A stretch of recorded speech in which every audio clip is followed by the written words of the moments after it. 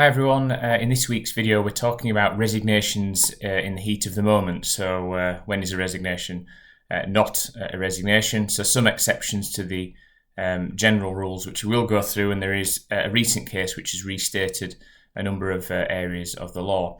So this is the case of Omar and Epping Forest District Citizens Advice. We'll go into the facts, but we'll just start with a summary of the current position of the law.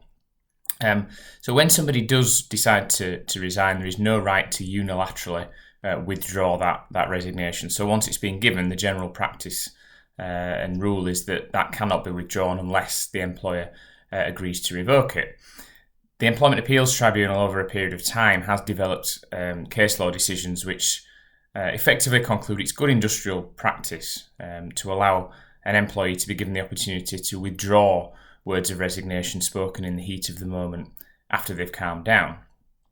So in the case of Southern, the Court of Appeal held that ordinarily the employer can rely on unambiguous words of resignation, but what if there are special circumstances that could oust the application of that general rule?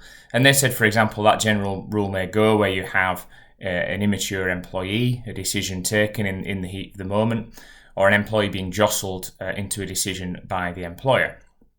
Now, if those special circumstances apply, the employee should be given a reasonable period of time to lapse, and if circumstances arise during that period which put the employer on notice that further inquiry is desirable to see whether the resignation was really intended, the employer should not ignore that risk.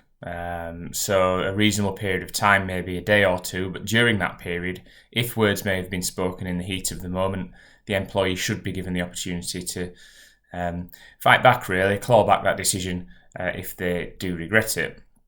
Now, in Mr. Omar's case, he resigned during an altercation with his line manager.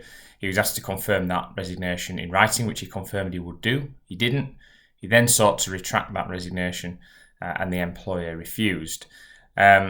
He alleged unfair dismissal on the basis that he had special circumstances, that being he resigned in the heat of the moment following an altercation.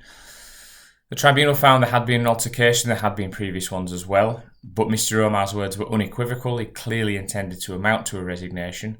There was no immediate retraction, despite the opportunity for him to do so on the same day and 2 days later, and he expressly agreed to put that resignation in writing. So no indication during those times that he hadn't intended to resign and that he wanted to stay. Now, he appealed to the Employment Appeals Tribunal, and they sent it back to the tribunal for a full rehearing. So their position was, well, a proper examination of the law has not been undertaken here, and we will go into detail as an appeals tribunal about what approach should have been taken.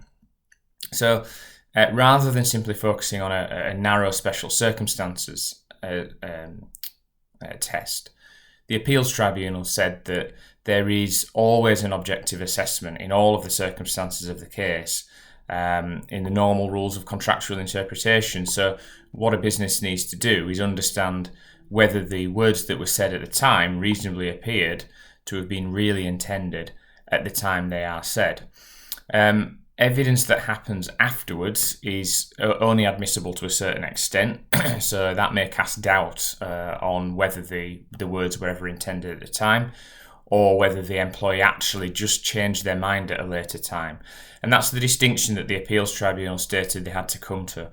So assess all of the facts objectively at the time the resignation was given, assess any evidence which may impact upon that belief after the event, but there's got to be a distinction between somebody who really didn't intend to resign but may have said words in the heat of the moment that were not actually intended, and somebody who thinks about it, reflects, and a few days later says, actually, I've changed my mind. My decision was correct at the time. I knew what I was doing. I really did intend to leave, but a few days have passed and I've now decided that I want to stay.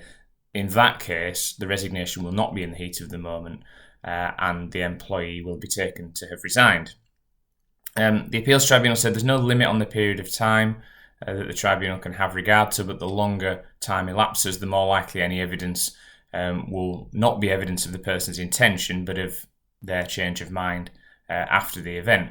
So they said the tribunal hasn't directed itself properly, they didn't apply an objective test, and they did say it would go back to the tribunal. They accepted that the principles will often be finely balanced. The objective analysis is, did the employee really intend to resign? And that's judged from the perspective of a reasonable employer at the time the words were uttered. So the law doesn't allow for a change of heart if something was actually intended at the time and the employer just changes their mind.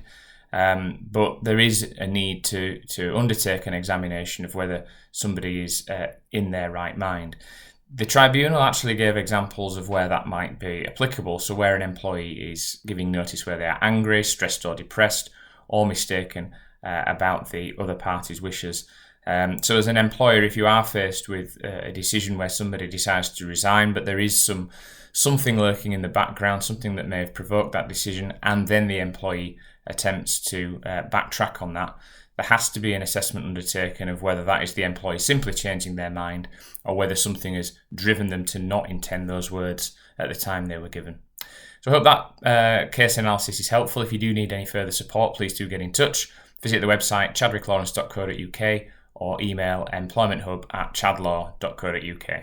Thank you.